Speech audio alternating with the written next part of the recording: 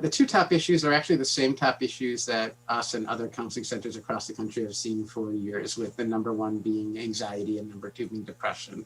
But obviously there's differences. I think while we are seeing quite a bit of each of those, we're also seeing, I think, a higher degree of severity in students coming with much more severe anxiety or depression. Loneliness is another big one, feeling disconnected.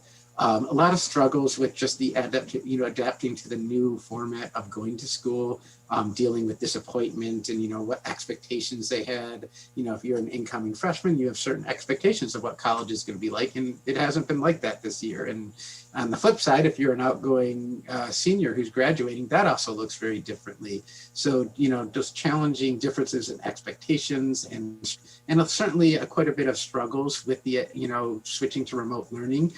There are some students that actually do really well with that, but I would guess that the vast majority struggle, because one thing we've learned over the past 9 months is that everything takes longer when you're doing it remotely. You have to factor in more time to, even just getting, contacting other students or us or other professors. There's a little bit more work involved. Doing the work takes longer. And on top of everything, like we talked about several months ago, is everybody's baseline anxiety is still significantly higher. And when we are trying to operate under those very stressful conditions, we tend to we forget things more easily, or we're not as organized, and our schedule gets a little bit more blurred, and our boundaries between work and home life get blurred.